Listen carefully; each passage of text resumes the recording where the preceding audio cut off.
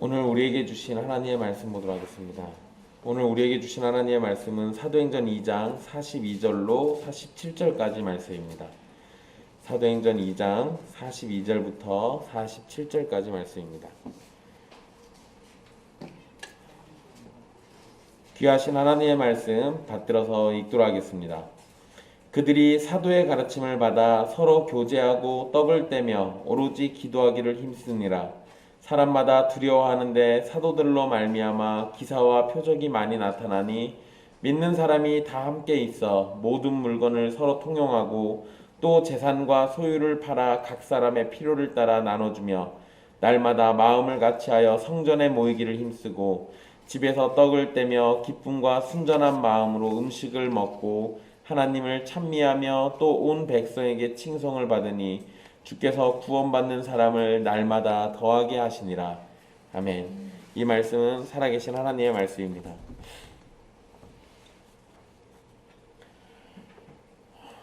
지난 시간 우리는 베드로의 설교에 마음이 찔려 괴로워하던 유대인들이 회개하고 예수 그리스도의 이름으로 세례를 받고 죄사함과 성령을 선물로 받으라는 베드로의 복음 선포를 살폈습니다. 베드로는 예수님께서 메시아이심을 설교했고 절망에 있는 사람들에게 예수 그리스도를 힘입어 구원을 받는 것을 설교했습니다. 그리고 그 설교를 듣고 세례를 받은 사람의 수가 3,000명이나 된다는 말씀을 함께 봤습니다. 이제 오늘 말씀은 그렇게 베드로와 사도들의 설교를 듣고 회개하며 신도가 된 3,000명이 어떠한 모습을 보였는지에 대해서 기록되어 있습니다. 특별히 오늘 살피는 말씀은 초대교회의 모습으로 가장 많이 언급되는 말씀이기도 합니다. 이 말씀들을 살피면서 우리 교회의 모습을 살피고 또 우리는 어떠해야 할지에 대해서 함께 고민해 보도록 하겠습니다. 베드로와 사도들의 설교를 듣고 세례를 받은 사람의 수가 3,000명이었고 그들이 곧 초대교회의 지체가 됩니다. 이 초대교회가 있었던 지역이 예루살렘이기 때문에 이를 예루살렘 교회라고 부르게 됩니다. 이 이후에 이제 우리가 사도행전을 잘 보면 안디옥에 있는 교회, 에베소에 있는 교회 이런 식으로 지역을 얘기하고 교회를 얘기합니다. 그러니까 성경에 가르친 대로 하자면 교회 이름은 무슨 뭐 사랑이 꽃피는 교회, 행복이 넘치는 교회 이런 식으로 짓는 게 아니라 그냥 그 지역 이름을 쓰는 게 성경에서 보여준 방법이기도 해요. 근데 물론 우리는 지역 이름이 아니죠. 옛길이죠. 좀 이상하네요. 예, 옛길 교회죠. 네. 근데 여기에서 이제 성경에서 자주 등장하겠지만 지역의 이름을 사용하고 있다라는 거. 그러니까 여기에서 강조되는 게 뭐냐면 교회는 그 어떤 지역을 아우르는 그러한 공동체라는 것을 보여주는 겁니다. 이건 나중에 다시 또 이야기해드리고요. 예루살렘 교회의 그 42절에 초대교회 중요한 모습이 등장을 하는데요. 예루살렘 교회의 중요한 특징으로 기록된 내용을 살피는 것은 오늘날의 교회가 어떤 방향으로 나아가야 하는지를 알려주는 겁니다. 그래서 42절의 말씀이 사실 교회가 보여야 할 가장 중요한 핵심적인 모습들이라는 거예요. 그게 지금 예루살렘 교회의 특징으로도 드러나 있고요. 특히 42절 마지막에 보면 힘쓰니라 라고 표현이 되어 있는데요. 어떤 일에 계속해서 전념하는 것을 의미합니다. 그러니까 이 뭐 잠깐 하고 말고 조금만 신경 쓰다 말고 이런 게 아니라 내 모든 힘을 다 쏟아서 예배 때도 졸리기도 하고 그러잖아요. 은성이 지금 졸고 있는데 근데 이때도 안 졸려고 모든 힘을 다 쏟아가지고 정신을 바짝 차려서 예배 드리는 것처럼 똑같이 이때 이 초대교회의 모습도 자신의 온 힘을 쏟아가지고 그리고 오랜 시간 동안 여기에 몰두를 했다라고 이해하시면 돼요. 그런데 여러분 우리가 주의할 거는 기도하기를 힘쓰니라 이렇게 돼 있죠. 그러니까 42절에 보면 쭉 뭐 가르침을 받고 교제하고 떡을 떼며 오로지 기도하기를 힘쓰니라 이렇게 돼 있는데 마치 이렇게만 읽으면 기도하는 것에만 힘을 쓰는 것처럼 이해가 됩니다. 근데 원문의 의미는 의도는 어떻게 되어 있냐면 가르침과 교제와 떡을 떼는 것과 기도를 포함한 모든 일에 힘썼다라는 의미예요. 그러니까 여기에서 어느 하나 소홀히 여기고 어느 하나 가볍게 여기고 뒤로 미뤄야 할 모습이 하나도 없다라는 겁니다. 모든 일에 힘써야 한다는 거예요.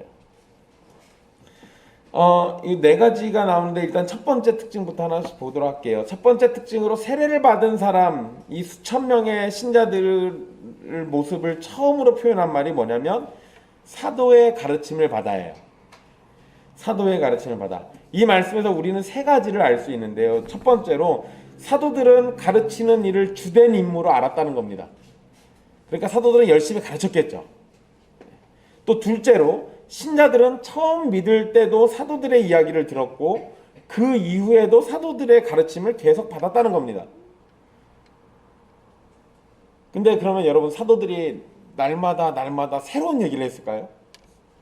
아니요, 그러지 않아요. 그럴 수가 없죠. 어느 순간 되면 한 것도 하고 이러기가 쉬워요. 근데 그렇다고 해서 초대교회 신자들이 그걸 지겨워했을까요? 아니요, 그러진 않죠. 근데 여러분 우리 그런 모습들이 있어요. 교회에서 목사님이 설교를 할 때 아유 저거 몇 년 전에 했는데 다행스럽게 우리 교회는 그럴 일이 없을 것 같아요. 성경 한 권 하는데 몇 년씩 걸리니까 아마 제가 죽기 전에 66권 다 못하고 한 10권쯤 하지 않을까 싶어요. 그러니까 한 것도 하고는 안 하겠죠. 근데 여러분 비슷한 내용들이 반복돼서 나오겠죠. 근데 그때 또 특히 목사가 설교하는데 예수님과 십자가와 부활과 승천에 대한 얘기를 제가 안 하겠습니까? 근데 그 이야기를 할 때 어떤 성도들은 그거 다 우리가 아는 거니까 다른 것 좀 얘기해달라고 얘기하시는 분들이 있어요. 근데 초대교회는 그런 자세가 아닙니다. 다 아니까 넘어가는 게 아니라 이미 알고 있기 때문에 다시 들으면서 재확인하는 거예요. 자꾸 내 믿음을 다시 확인하고 점검하고 이런 자세가 사실 필요해요. 요즘은 인터넷도 많이 발달돼 있고 또 책들을 열심히 읽는 신자들이 많습니다. 특히 우리 개혁파 신자들 중에는 그런 사람들이 많아요.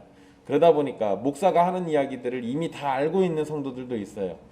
어쩌면 그 사람들에게는 설교가 지겨울 수도 있습니다. 저 얘기 다 아는 건데 뭐 교리를 가르쳐줘도 다 아는 건데 이럴 수가 있어요. 그런데 그거는 사실 올바른 신자의 모습이 아닙니다. 이미 알고 있어도 목사가 반복해서 얘기하면 그것을 계속해서 재확인하는 거예요. 그런 게 아주 중요한 겁니다. 그 다음에 여러분 그 마지막으로 세 번째로 이 신자들은 가르침을 받은 것을 실천했다라는 겁니다. 그게 사실은 굉장히 중요하죠. 그러니까 단지 들은 걸로 끝나는 게 아니라 들은 것을 실천에 옮기는 것까지 했어요. 이 부분에서 참 신자들과 거짓 신자들의 차이가 드러납니다. 거짓 신자들은 들을 수는 있어요. 주성이가 어저께 저한테 속담 얘기를 하나 해줬습니다. 우리 주성이가 정말 잘하는 건데 한 귀로 듣고 한 귀로 흘린다. 주성이 그렇게 안 하기로 했어요. 근데 여러분 신자들 중에도 이런 사람들 많습니다. 하나님의 말씀을 한 귀로 듣고 그리고 곧장 한 귀로 흘려버려요. 이러면 그 말씀을 받아서 그걸로 사는 게 아니잖아요. 그러지 않는 경우도 굉장히 많습니다. 허투루 듣지 않고 작은 말씀일지라도 그것을 내 마음에 품어서 어떻게 하면 나는 그 말씀을 따라 살 수 있을 것인가를 고민하면서 자신을 쳐서 복종시키는 게 굉장히 중요하죠. 그러한 자세가 우리에게 매우 중요합니다. 잘 기억해 두십시오. 사도들은 예수님을 통한 구원을 가르쳤을 겁니다. 다른 거 가르칠 리가 없잖아요. 또 자신들이 예수님께 배운 말씀들, 특별히 하나님의 나라에 대해서 이 수천 명의 사람들에게 계속해서 가르쳤을 겁니다. 또 이후에 사도들의 가르침이나 사도들이 쓴 서신서를 보면 거기에 기록된 말씀들도 구약 성경의 가르침에 대한 해석을 통해서 구원의 진리를 전하고 있는데 아마도 사도들은 신자들에게 이러한 점들, 구약의 예언이 어떻게 성취되었고 구약의 말씀이 어떻게 예수님을 가리키고 있으며 하나님의 언약이 어떻게 성취됐고 또 앞으로도 어떻게 성취될지에 대해서 가르쳤을 겁니다. 그리고 구원을 받은 하나님의 백성은 어떻게 살 것인지에 대해서 가르쳤다는 것은 분명한 겁니다. 사도들의 가르침을 받고 그것을 따라서 살아가려는 모습은 오늘날 저와 여러분에게서도 분명 실천되어야 할 모습입니다. 또 두 번째 특징은 교제예요. 그 42절에 보면 서로 교제하고 라고 돼 있잖아요. 교제. 교제는 친밀한 관계를 맺는 것이죠. 그런 의미입니다. 그래서 단순히 친해지는 정도가 아니라 인격적으로 그리고 형제 사랑으로 하나가 되는 것을 의미합니다. 같은 주님을 섬기고 같은 성령님을 선물로 받았기 때문에 더욱 쉽게 교제로 이어질 수 있었습니다. 여기에서 교제는 문맥상 44절로부터 묘사된 신자들의 모습과도 연결이 됩니다. 우리가 알아야 할 것은 교제라고 이야기할 때 이거를 자칫 사람들이 이렇게 생각을 해요. 세상 사람들이 일반적인 모임이나 놀이 활동을 하는 것, 이런 정도로 이해하는 사람들이 있습니다. 그래서 성도들이 교제하라고 그러면 어떤 교회들 보면은 축구 모임, 탁구 모임, 뭐 이번에 뭐 여기서 사고 났죠. 풋살 모임 뭐 막 이런 식으로. 그런 식으로 하는 거를 이 성경에 나온 교제, 교회가 해야 할 교제로 이해하는 경우가 많습니다. 여러분, 물론 성도들도 서로 취미 생활을 같이 하기도 하고 재미있게 놀 수도 있습니다. 그거 잘못된 건 아니에요. 할 수 있는 대로 같이 뭐 열심히 등산도 다니시고 어디 낚시도 다니시고 막 그렇게 하세요. 괜찮아요. 그렇게 즐거움을 나누는 것도 필요합니다. 하지만 성도 간의 교제는 그것 이상이어야 돼요. 여러분, 우리 기환 형제가 저한테 낚시를 가르쳐주는 바람에 제가 막 낚싯대도 사고 막 별거 다 샀잖아요. 낚시하고. 근데 여러분, 최근에 몇 달 동안을 제가 기환 형제랑 낚시를 안 다녔습니다. 그러면 같은 취미를 공유하다가 그걸 못했으니까 우리의 관계가 좀 소홀해졌을까요? 여러분, 사실 세상 사람들은 그렇게 돼요. 열심히 취미 생활을 같이 하다가 그걸 잘 못하게 되면 관계가 약간 좀 느슨해지거나 아니면 예전 같지 않게 되죠. 그런데 여러분, 성도의 교제는 그런 식이 아니에요. 기환 형제하고 저는 예수 그리스도의 이름으로 묶여있고 성령님으로 묶여있기 때문에 낚시 그까짓 거 같이 안 다닌다고 해서 우리의 관계가 깨지거나 우리가 사랑하는 마음이 깨지거나 이러지 않습니다. 기환 형제가 있어야 이거 확인을 받는데 없어가지고 확인을 못 받겠네요. 저는 분명히 그래요. 여러분, 이거는 다른 분들하고도 마찬가지예요. 다른 분들하고도 마찬가지입니다. 여러분들 우리 주일날 예배를 같이 못 드려서 빈자리들이 많잖아요. 여러분들 얼굴을 생각하면 마음이 찢어지죠. 근데 그게 가능한 이유, 얼굴을 보지 못해가지고 제 마음이 상하는 건 우리가 성도 간의 교제라는 거를 즐겁게 나누고 있었던 거예요. 그게 안 되니까 제가 마음이 상하죠. 여러분들도 다 마찬가지일 겁니다. 그럼 여러분, 아까 말씀드린 대로 성도 간의 교제는 성령님께서 임하시고 난 다음에, 그렇게 임하고 난 다음에 신자들에게 주어진 거였거든요. 그러면 이 점에서 교제는 성령님으로부터 우리에게 허락되는 것으로 이해할 수 있습니다. 여러분, 이 부분 잘 생각해 보세요. 예수님의 제자들이 예수님과 함께 다닐 때 그때 서로 시기 질투했어요. 서로 막 미워하기도 하고요. 근데 오순절 성령 강림 사건 이후로 그런 일이 없습니다. 시기 질투라는 게 이 교회 안에 발생하지 않아요. 물론 뭐 드문드문 나타날 수도 있어요. 근데 오히려 그런 걸로 해서 뭐 하나님의 능력이 더 나타난다고 해서 누구를 더 미워한다거나 시기한다거나 이런 식의 모습이 없어요. 이거를 잘 생각해 보십시오. 그러니까 이게 뭐냐면 성령님의 임재로 우리가 하나님의 하나님의 은혜 안에서 같이 성도의 교제가 나눠질 수 있다라는 거는, 그러면 성령님으로부터 온 것이니까 그거에 대한 개념들을 우리가 생각하고 교제는 그래야 한다라는 것을 이해하시면 돼요. 단순히 먹고 마시면서 나누는 교제는 성령님의 임재가 없는 세상에서도 얼마든지 할 수 있는 겁니다. 그러면 우리에게 나타나야 할 교제는 어떠해야 하는가, 이거에 대해서 한번 생각해 봅시다. 이 세상의 존재들 가운데 여러분, 가장 완벽하게 교제를 보여주는 관계가 있습니다. 누굴까요? 그래, 삼위 하나님이에요.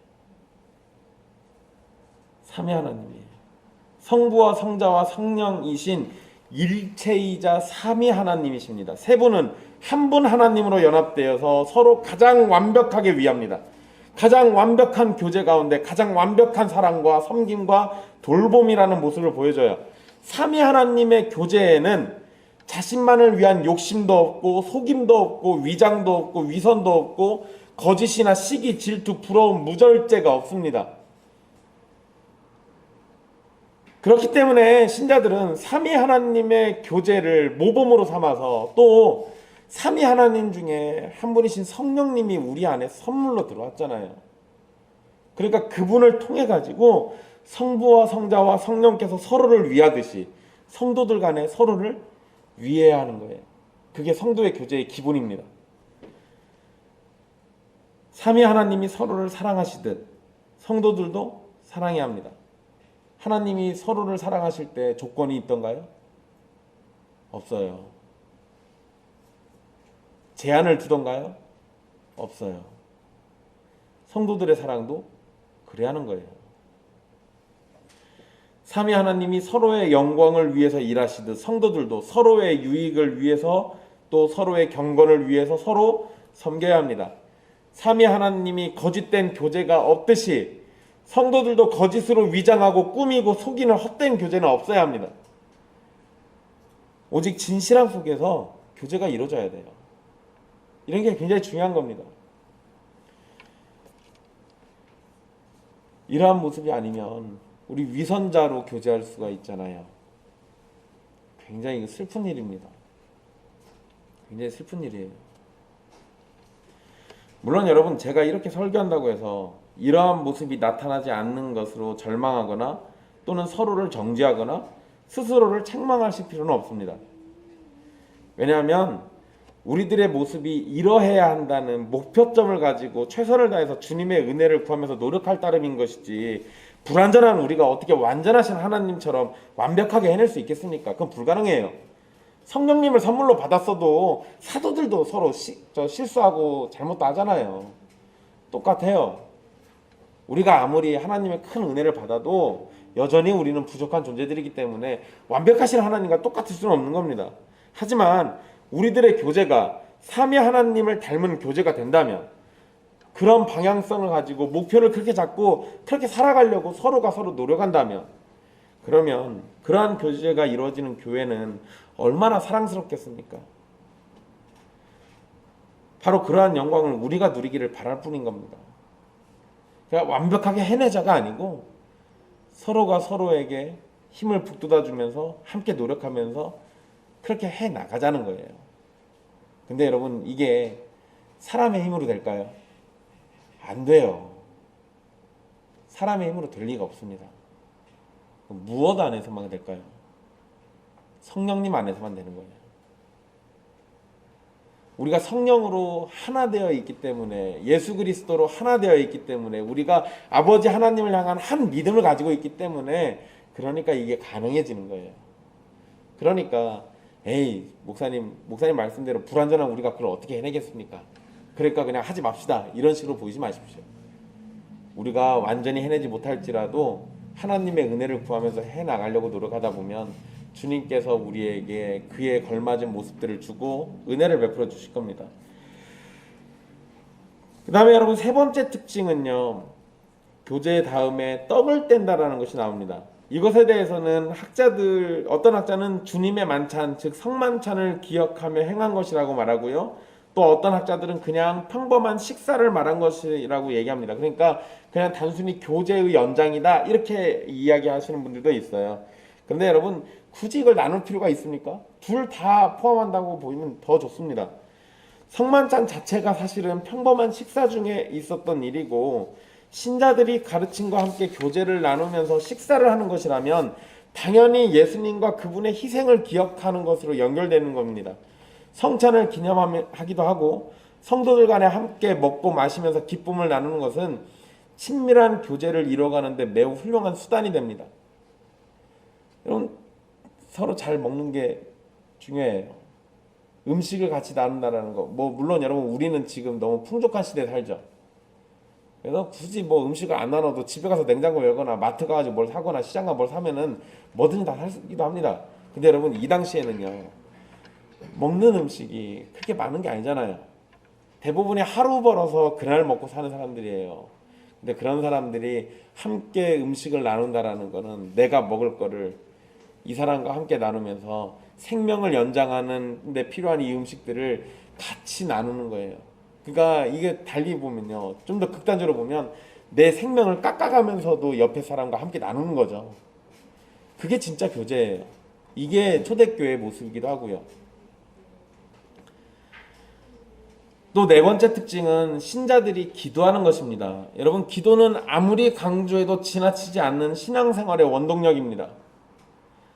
기도가 복수형으로 돼 있어요. 그러니까 기도들이에요, 사실은.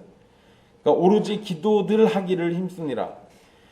기도들을 많이 했던 거죠. 여기에서 이 여러 번의 기도가 있었다라는 걸 우리에게 알려주는 거죠. 복수형이니까. 또 기도가 공동 기도인지 개인 기도인지에 대해서 표현이 안 돼 있습니다. 이렇다는 얘기는 그냥 공동 기도도 함께 했고 개인 기도도 굉장히 활발하게 있었다라고 이해하시면 됩니다. 사도행전에서는 개인 기도에 대해서 기록하고 있고요. 또 교회가 함께 모여서 기도하는 공동 기도에 대해서도 기록하고 있습니다. 이러한 점은 우리에게 개인 기도와 함께 교회가 시간을 내서 함께 모여서 기도하는 것을 중요하게 여겨야 한다는 점을 알려줍니다. 그러니까 할 수 있다면 우리는 사실은 그냥 할 수 있는 정도가 아니라 이렇게 하려고 노력을 해야 돼요. 열심히 개인적으로 기도 생활을 하시고 또 할 수 있는 대로 교회가 모여가지고 같이 기도도 하십시오. 굉장히 중요한 일입니다.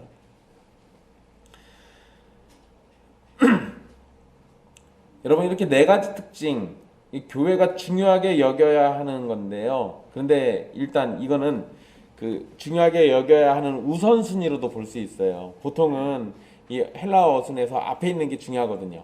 그러니까 이거 그냥 그 우선순위로 놓고 생각해 본다면, 즉 사도들의 가르침을 받는 것, 올바르고 참된 가르침을 받는 것이 가장 중요하죠. 이건 당연한 겁니다. 이게 제일 중요해요.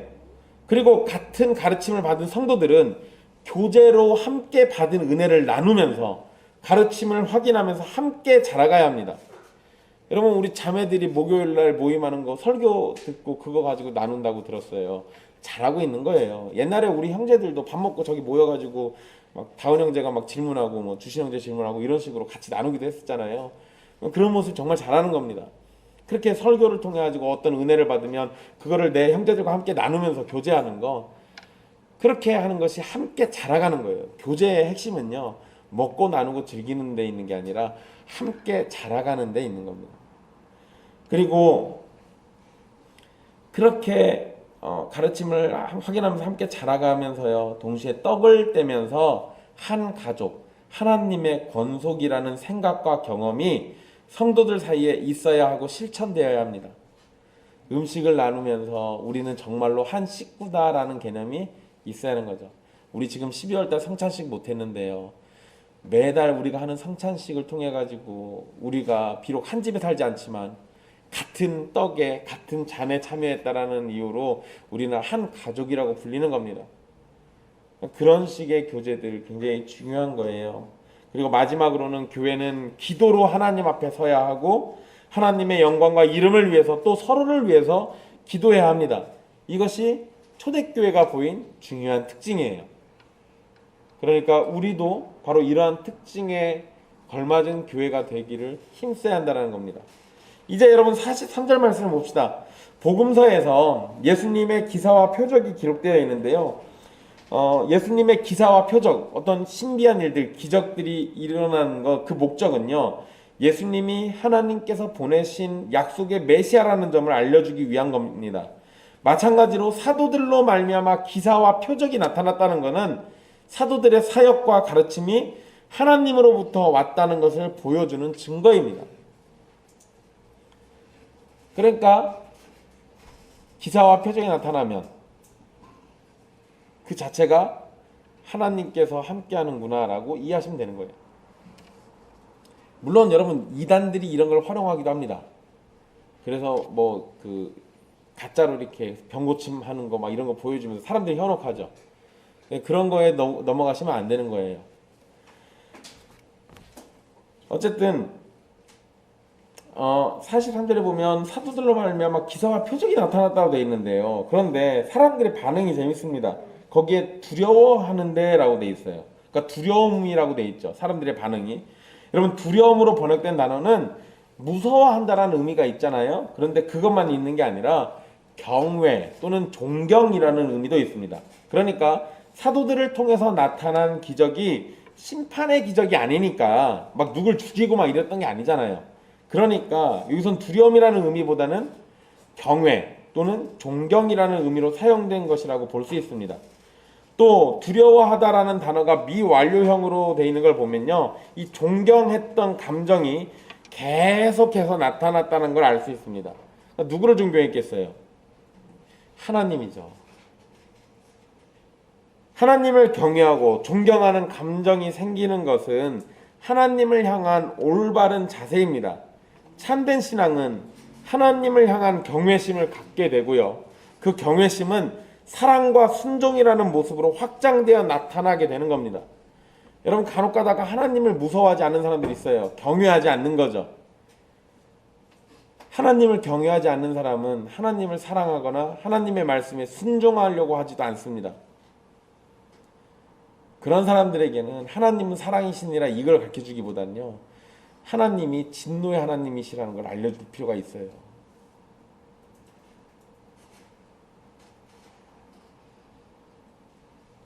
여러분, 하나님을 향한 참된 경외심이 여러분들을 사로잡고 또 그 경외심으로 인해서 여러분들이 하나님을 사랑하는 마음과 주님의 말씀에 순종하려는 마음이 들끓기를 간절히 소망하십시오. 여러분, 조나단 에드워즈, 제가 좋아하는 목사죠. 이분이 쓴 책 중에 신앙감정론이라는 책이 있습니다. 또는 우리나라에는 신앙과 정서라는 이름으로도 번역되어 있어요. 근데 여러분, 이 책에서 다루는 것에서 중요한 내용이 뭐냐면, 참된 믿음은 참된 정서 또는 참된 감정을 동반한다는 겁니다.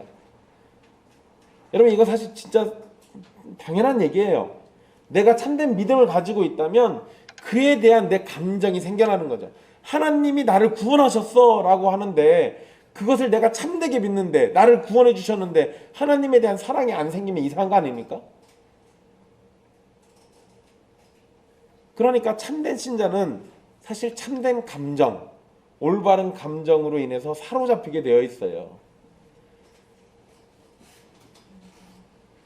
여러분이 참된 신자라면 여러분의 신앙과 삶에 있어서 하나님을 향한 거룩하고 경건하면서도 열정적인 감정이 발생할 겁니다. 여러분의 신앙생활에 하나님을 향한 뜨거운 감정이 계속되기를 소망하십시오. 근데 여러분, 보통은요, 사람들이 처음에는 그렇게 뜨겁게 시작했다가 시간이 지나면 점점 차가워지죠. 누구 잘못입니까? 성령님이 잠깐 떠나신 걸까요? 아니요, 그럴 리가 없어요. 성령님은 늘 우리와 함께 계십니다. 단지 내가 무뎌진 거예요. 내가 게을러진 거고 내 문제인 거죠. 나 요즘 신앙생활에 문제가 있어. 그걸 다른 데 찾지 마십시오. 다 내 문제인 겁니다. 여러분들은 그렇게 생각하시고요. 여러분들이 신앙이 밋밋해지면 저는 또 집에서 저 혼자 자책해요.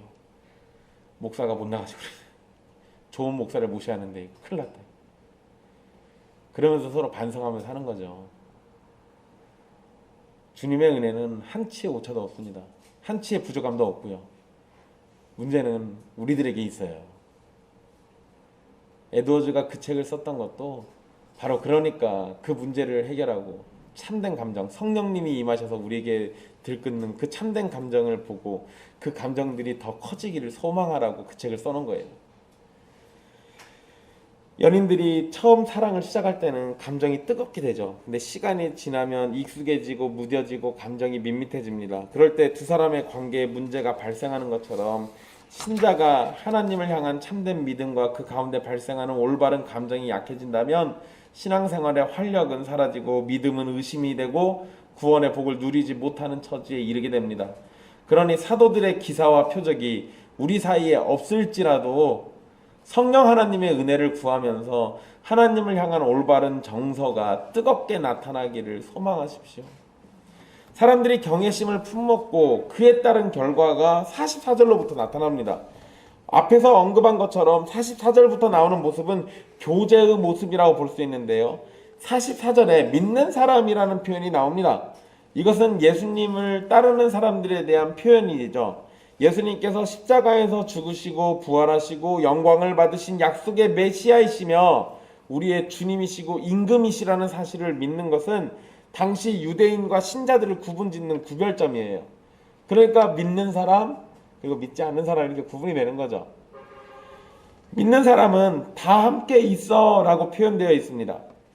여기에서 다 함께 있어라는 말이 같은 곳에 있었다는 의미로 이해해서는 안 됩니다. 같은 자리에 있었다는 의미보다요. 이것은 46절의 표현처럼 마음을 같이 하는 것을 의미합니다. 같은 장소에 있는 것은 쉽지만 마음이 하나가 되어 같은 마음을 품는 것은 매우 어려운 일입니다. 그러나 같은 성령을 받은 신자들에게는 이게 가능한 모습이죠. 그러니까 우리가 지금 집에서들 영상 예배로 드리시고 막 이런 분들 있잖아요. 우리 지금 같은 자리에 못 있어요. 저는 나약한 인간이다 보니까 같은 자리에 못 있는 게 너무 슬픕니다. 그런데 그것보다 더 슬픈 거는 한 마음이 되지 못해가지고 나눠지는 게 더 슬프죠. 우리가 같은 자리에 있지 못할지라도 한 마음으로 함께 있으면 같은 자리에 있어서 나눠진 마음으로 있는 것보다는 훨씬 더 귀하고 복된 거예요.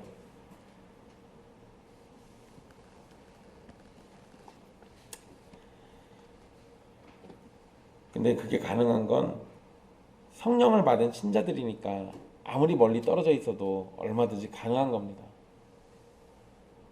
그러니까 우리가 지금 비록 한 자리에 같이 모이지 못하더라도요, 성령 안에서 함께 하나가 되기를 더 소망하고 그러한 은혜를 통해 가지고 우리의 하나됨을 드러내는 게 매우 중요한 겁니다. 여러분 잘 기억해 두십시오. 믿는 사람들은 물건을 서로 통용했다라고 기록되어 있는데요. 이 말씀 초대교회 이야기에서 빠지지 않고 나오는 이야기입니다.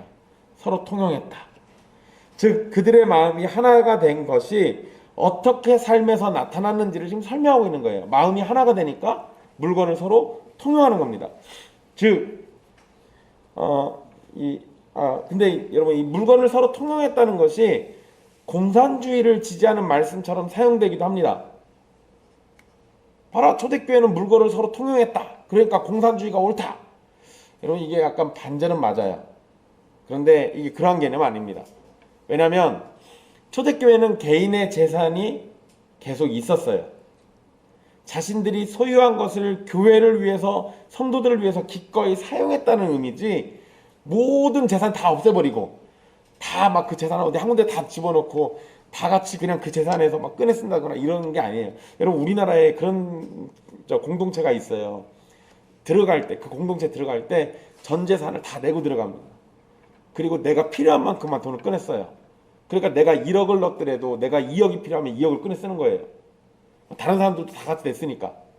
그러면서 서로 필요할 때 더 쓰고 내가 월급 받으면 또 집어넣고 막 이런 식이에요. 근데 여러분 초대교회는 그러지 않았어요. 그런 개념이 아니라 개인 재산은 다 그대로 있고요. 그리고 서로에게 필요한 것을 아낌없이 나눠줬다는 얘기예요. 그러니까 이건 공산주의가 아니죠. 그러니까 이 말씀 가지고 공산주의가 옳다라고 얘기하는 사람은 그냥 공산주의를 좋아하는 거예요. 그런 사람은 조심하십시오. 그 당시 보면 어떤 사람이 다른 사람들에게 자신의 물건이나 재산을 사용할 수 있도록 해주기도 했었어요. 그 당시에도. 근데 그렇다고 해도 소유권은 계속해서 유지했었습니다. 여러분 이건 뭐 우리 그런 거 비슷하잖아요. 우리 뭐 땅 같은 거 내가 갖고 있는데 땅에 농사 좀 지라고 이렇게 하면 농사 지는 사람이 마음껏 농사 짓겠죠. 그렇지만 그 땅 주인은 누구예요? 여전히 나예요. 그냥 이런 거하고 비슷한 개념입니다. 그런데 이게 그 당시의 개념인데 사도행전에 기록된 모습을 보면은요, 사실 당시의 개념을 뛰어넘고 있어요. 자신의 것을 다른 사람에게 쓰도록 빌려주는 정도가 아니라 그냥 아예 줘버린 겁니다. 너 이거 필요해? 그럼 또 가져. 이런 식이에요. 통용하고라고 번역된 단어가요, 가지다라는 의미가 있어요. 즉 자신이 가진 것을 내놓아서 다른 사람이 가지도록 해줬다는 겁니다. 이러한 모습은 45절에 더 자세히 설명되는데요. 초대교회 신자들은 재산과 소유를 팔아가지고 나눴습니다.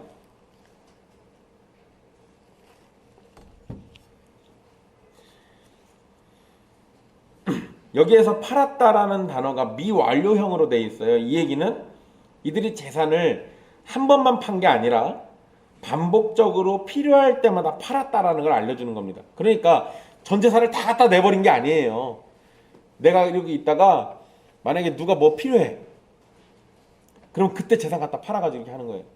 저번에 주성이가 저 형원이 형네 집에 치킨을 사줘야 한다고 저한테 그래가지고 치킨을 사주기로 했는데 아직까지 못 사줬어요. 근데 이제 이럴 때 치킨을 사야 하는데 돈이 없어요. 그럼 우리 거 재산을 팔아가지고 치킨을 사가지고 갖다 주는 거죠. 이거 너 먹어! 주는 거예요. 그러니까 이런 식의 개념이에요. 필요할 때마다 그런 식으로 자기 걸 자꾸 처분해가지고 다른 사람들 걸 채워줬던 겁니다. 물론 여러분 막 전 재산을 다 낸 것처럼 비춰지는 사람들도 있기도 합니다. 뭐 그런 사람들이 있었을 수도 있어요. 근데 여러분 이걸 생각해 봐야 돼요.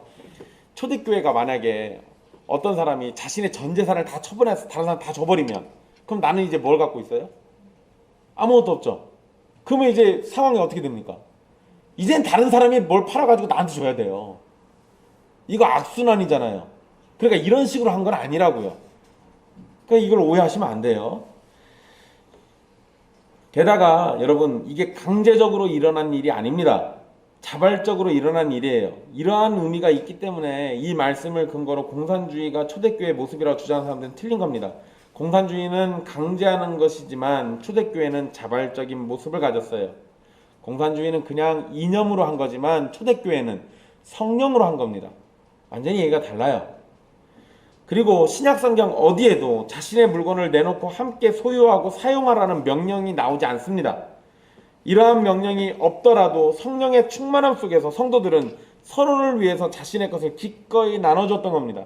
이게 초대교회의 모습이고 성령 받은 사람들의 모습이에요.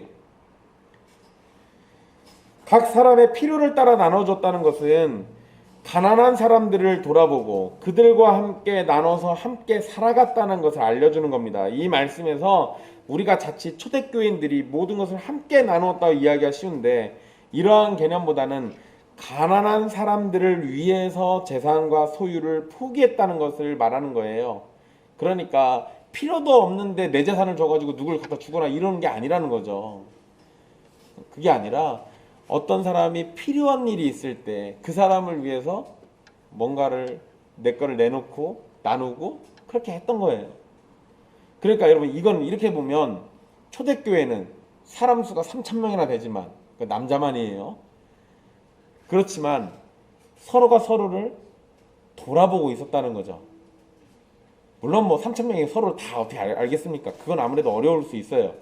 하지만 적어도 가까이에 있는 사람들끼리는 서로가 서로를 살피고 돌아보면서 필요한 것들을 위해서 자신의 것을 포기하고 나누고 이런 모습들을 보였다라고 알 수 있는 겁니다. 가난한 형제들이 필요한 것이 있을 때 자신의 것을 나눠주거나 그것을 팔아서 필요한 것을 줬던 겁니다. 이러한 모습은요, 재물을 땅에 쌓아두는 것이 아니라 하늘에 쌓아두라는 예수님의 말씀을 충실히 따른 결과라고 볼 수 있습니다. 그리고 물질보다 형제를 더 귀중히 여기는 아름다운 신앙의 모습이고 함께 구원을 받은 은혜 입은 자들의 모습이기도 합니다. 재산과 소유를 팔아 각 사람의 필요를 따라서 나눌 수 있는 것은 성령으로 하나 된 뜨거운 일체감과 사랑 안에서 가능한 거잖아요. 그렇기 때문에 여러분 일체감과 사랑이 식어버리면 재산과 소유를 나눴던 것이 오히려 독이 될 수 있어요. 이 부분을 잘 기억하셔야 돼요. 내가 아낌없이 사랑하는 마음으로 줬는데 내 신앙에 문제가 생기면 내가 나눠줬던 것이 어떻게 느껴질까요? 아깝다라는 생각이 들거나 또는 괜히 졌어 라는 생각이 들거나 내가 그때 왜 그랬지 라는 생각이 들거나 이러기 시작하면 내가 그렇게 나눴던 것이 역으로 나에게 독이 돼요. 그거 굉장히 위험한 거죠. 제가 이 얘기를 왜 드리냐면 성령의 충만함으로 얻게 된 아름다운 교회의 모습은요, 성령의 충만함을 잃어버릴 때 교회를 망치는 가장 강력한 독이 될 수 있다는 겁니다. 그러니까 우리 안에 서로 물건을 통용하고 사랑하고 서로 섬기는 모습이 나타났을 때는 기뻐해야 합니다. 그런데 그것을 안주하고 이 정도면 됐어라고 할 것이 아니라 무엇을 더 바라야 돼요? 성령의 충만함으로 우리의 믿음이 식지 않게 되기를 또 간절히 바라야 합니다. 그러지 않으면 그때 나눴던 그것이 독이 돼가지고 교회에 분란이 생기고 다툼이 나고 결국 교회가 찢어지거나 사람들이 떠나는 일들이 발생해요. 여러분, 이건 인간적으로 접근해가지고 이런 일들이 벌어지는 걸 제가 숱하게 봤습니다. 뭐 우리 교회는 제가 처음에 개척할 때부터 있었으니까. 근데 만약에 새로 어떤 청빙된 목사님이 왔어요. 그때 제일 먼저 쌍수 들고 환영하는 사람이 나중에 등에다 칼 꽂는다고, 이게 목사들 사이에서 있는 얘기예요. 왜 그러냐면 제일 뜨겁게 맞이해 줬는데 목사가 어떻게 그 사람한테 맨날 똑같이 신경 써주겠습니까? 어떨 때는 좀 소홀할 수도 있잖아요. 근데 한 번만 소홀하면 그때부터 저 목사가 날 싫어한다고 하면서 이전에 내가 뭘 해줬는데 막 이런 식으로 접근을 해요. 인간적인 마음으로 섬겼다가 인간적인 마음이 상처를 입으니까 그게 독이 된다고요. 근데 여러분, 성령의 충만함으로 벌어진 사건이에요. 이게 성령님의 충만함이 우리 안에서 희미해지면 그 주신 은혜가 나중에 교회를 무너뜨리기도 한다니까요. 그러니까 우리가 간절히 바라는 건 성령의 충만함이 계속되기를 바라야 돼요. 그럼 지금 우리 교회 좋습니까? 저는 좋긴 해요. 목사 집에 아내가 사라졌다고 막 먹을 것도 챙겨다 주고 신납니다. 너무 좋아요. 감사합니다. 저 아내 없으면 곧 죽을 줄 알았는데 살만하네요. 근데 여러분, 여기에 성령님의 은혜가 사라져 버리면 저한테 줬던 음식들이 독이 돼요. 그러니까 우리는 날마다 더 뜨겁게 넘치도록 하나님의 은혜가 우리 안에 충만하게 임하기를 간절히 바라야 돼요. 46절에 보면 날마다 모였다라는 기록이 나오는데요. 이 기록은 모든 신자들이 매일 성경에 모여서 모임을 가졌다는 의미는 아닙니다. 이 말씀은요, 신자들의 모임이 매일 성전에서 있었다라는 걸 의미해요. 그러니까 모든 신자들이, 예수님 믿는 모든 사람들이 전부가 매일 모인 게 아니고 신자들은 항상 성전에 있었다, 이런 거예요. 그러니까 누군가는 항상 신자가 성전에서 있었던 거예요. 물론 여러분, 당시 유대인들은요, 함께 기도하는 시간이 있습니다. 특별히 오후 3시는 함께 기도하는 시간이기 때문에 대부분 신자들이 성전 근처에 살면 다 성전으로 와요. 아니면 회당으로 다 모이게 돼 있습니다. 그러니까 이런 식으로 하다 보니까 날마다 성전에 모이는 게 어려운 일은 아니었던 거죠. 또 신자들은 성전에 모이기를 힘썼고요, 집에서 모여서 떡을 떼며 교제를 나눴습니다. 그러니까 함께 식탁에 교제를 나누게 되면 단순히 밥만 먹는 것이 아니라 서로의 이야기를 나누기도 했을 테고, 상황을 나눠서 필요한 것이 무엇인지를 알게 되고, 그렇게 또 필요한 것을 채워주는 모습들이 연속적으로 이어졌을 것이라고 우리 추측할 수 있습니다. 같이 식사를 나누다 보니까 이 사람이 뭔 얘기를 하다가 제가 요즘 뭘 하는데 뭐가 좀 필요한데 그걸 구하지 못해가지고 어려움이 있습니다. 우리 집에 그거 있는데 내가 그 주택을 갖다 쓰시오, 이런 식으로 되지 않겠어요. 그러니까 이게 따로 떨어져 가지고 이렇게 하나하나 끊어서 볼 게 아니라 이게 다 이 신앙생활 안에 우리의 삶에 연속적으로 있는 일들 중에서 벌어지는 일이라고 보시면 돼요. 여러분, 성전에서 모이기를 힘쓰고 집에서 떡을 떼는 일은 억지로 하거나 불편한 마음으로 한 것이 아니라 기쁨과 순전한 마음으로 함께 했다라고 성경에 기록되어 있습니다. 여기에 여러분 좀 특이한 분위기가 나타나는데요. 기쁨이 넘치면, 여러분, 기쁨이 넘치는 잔치집을 한번 생각해 보십시오. 그러면 그 잔치집은 어떻습니까? 조용해요? 아니요, 장터처럼 시끌벅적하죠. 기쁨이 넘치니까. 여러분, 우리 저번에 진솔자매 시험 합격했다고 그랬을 때 우리 카톡방에서 막 난리 났잖아요. 축하한다고. 제가 영상통화를 했는데 진솔자매가 영상통화가 안 돼가지고 얼굴 보고 제가 춤 한번 춰드리려고 했는데, 여러분, 기쁜 일이 있으면 장터처럼 시끌벅적한 게 지극히 당연한 거죠. 그런데 여러분, 초대교회 모습을 보면은요, 기쁨과 함께 순전한 마음이 있었다라고 되어 있습니다. 좀 특이해요. 여기서 순전한으로 번역된 단어는 소박하다라는 의미가 있어요. 그러니까 초대교회는 넘치는 기쁨이 있는데 그것을 어떻게 했다는 거예요?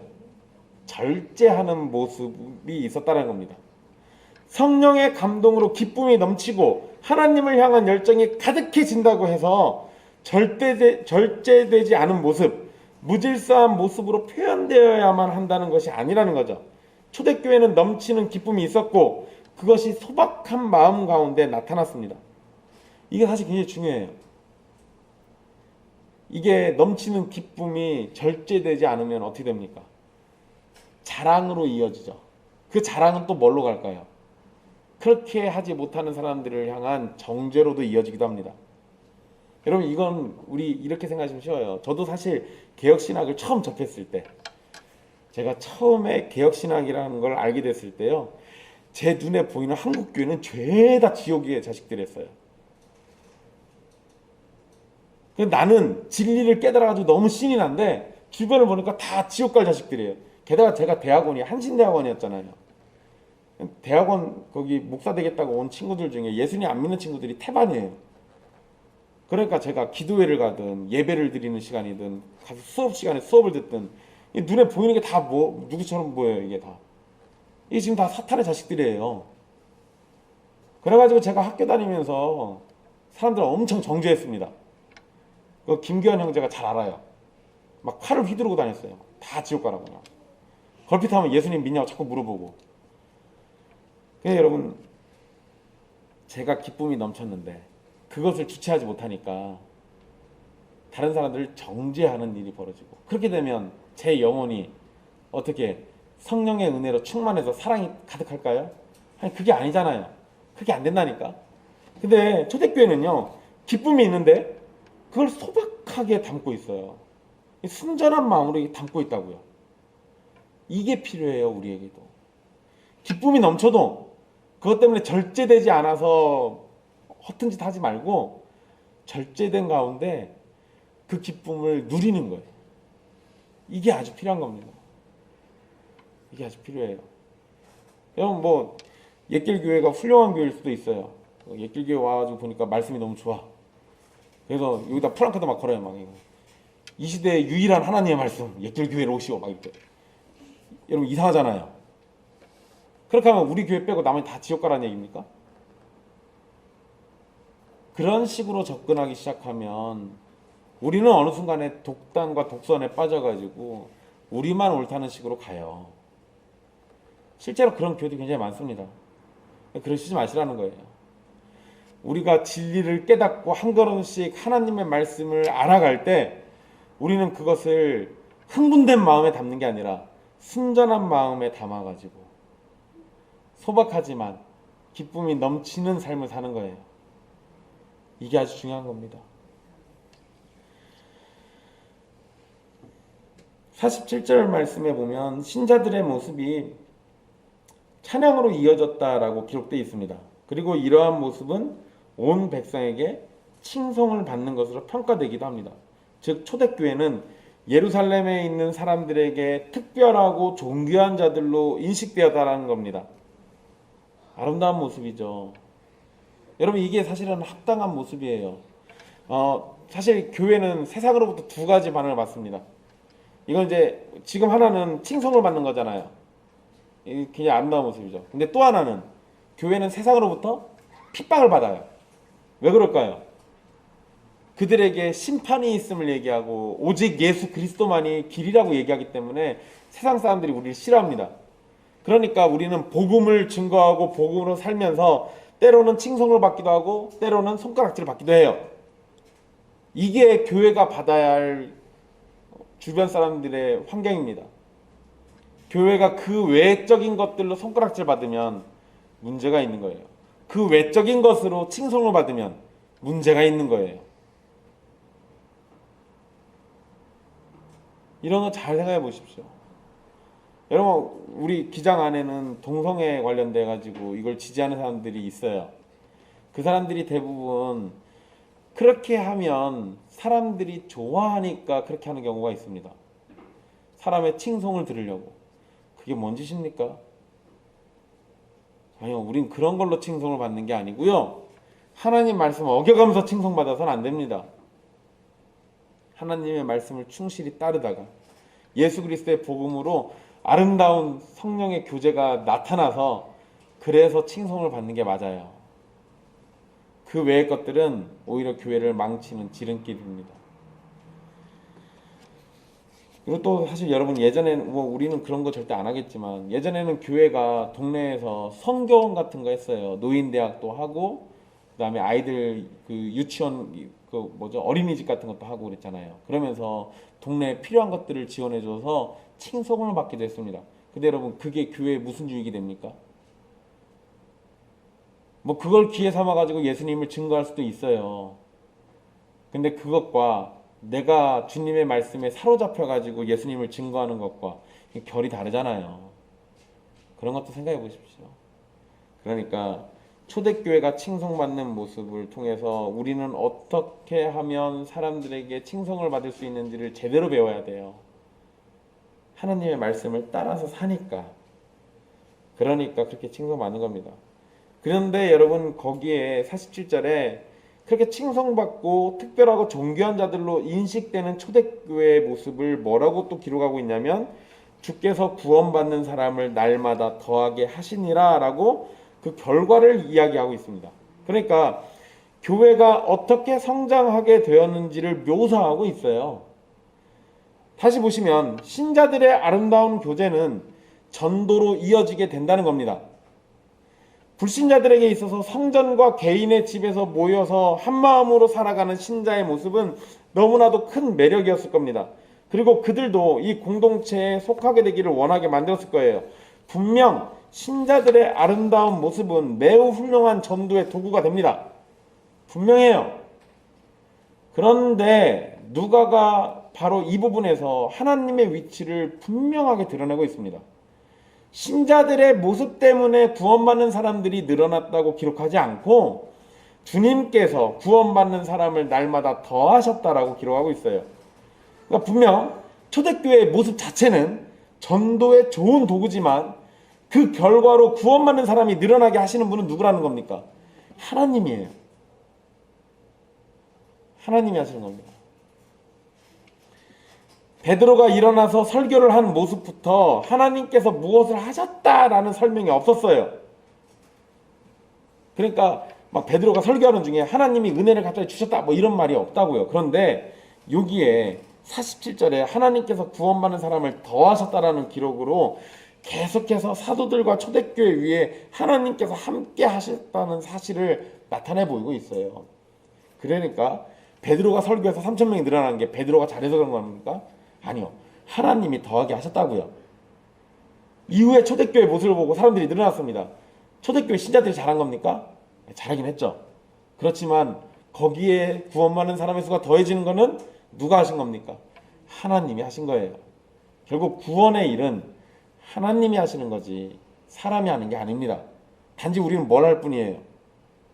주신 명령에 따라 주신 말씀에 따라 충성스럽게 살아갈 뿐입니다.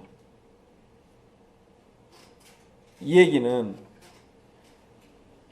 우리가 그렇게 충성스럽게 살아갈 때 우리 교회가 숫자가 더 늘어날 수도 있고 늘어나지 않을 수도 있어요. 왜 그럴까요?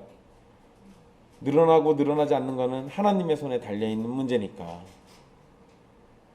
그러니까 숫자가 늘어난다고 해서 막 좋아할 필요가 없어요.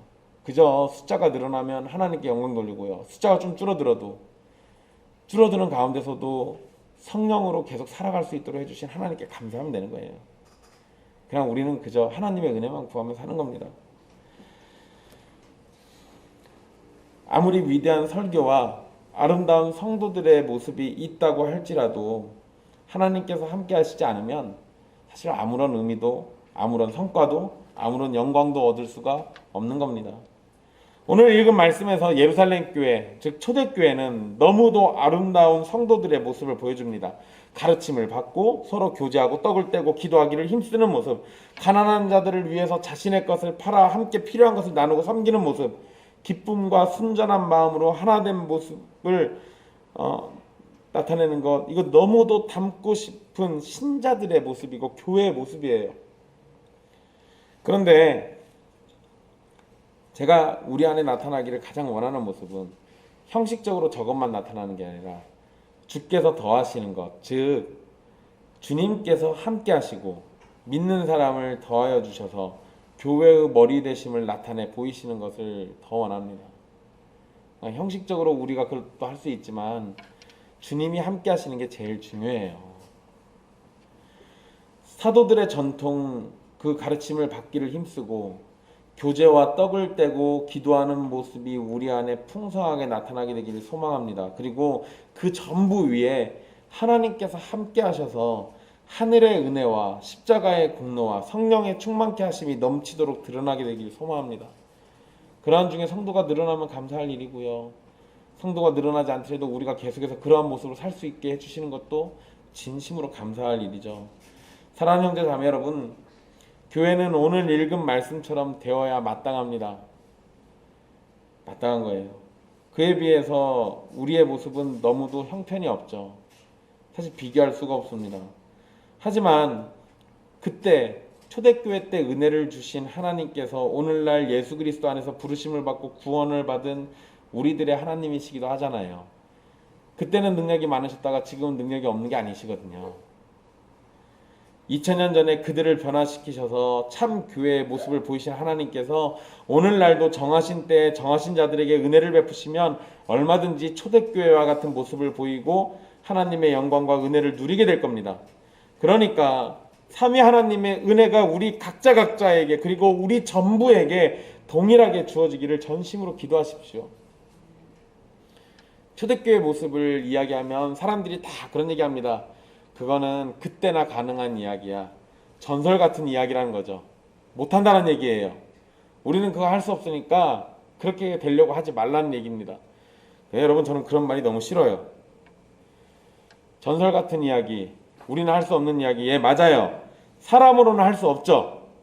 그러니까 우리 주님 예수 그리스도를 힘입어서 성령님의 인도하심을 따라 능력 주시는 아버지 하나님께 기도해서 어느 누구도 할 수 없는 초대교회의 모습이 우리 안에 나타나게 되기를 소망하는 겁니다. 우리는 못해요. 그런데 하나님 하십니다. 우리의 힘이 충만해도 못해요. 근데 성령님께서 충만하면 우리의 연약함 중에도 이러한 모습이 나타날 수 있습니다. 사람이 할 수 없는 일을 삼위 하나님께서는 가능케 하시며 우리에게 허락하실 것이니 그것을 간절히 바라고 아름다운 초대교회의 모습이 우리 안에 나타나서 하나님의 영광을 더욱 드러내기를 함께 소망합시다. 기도할게요.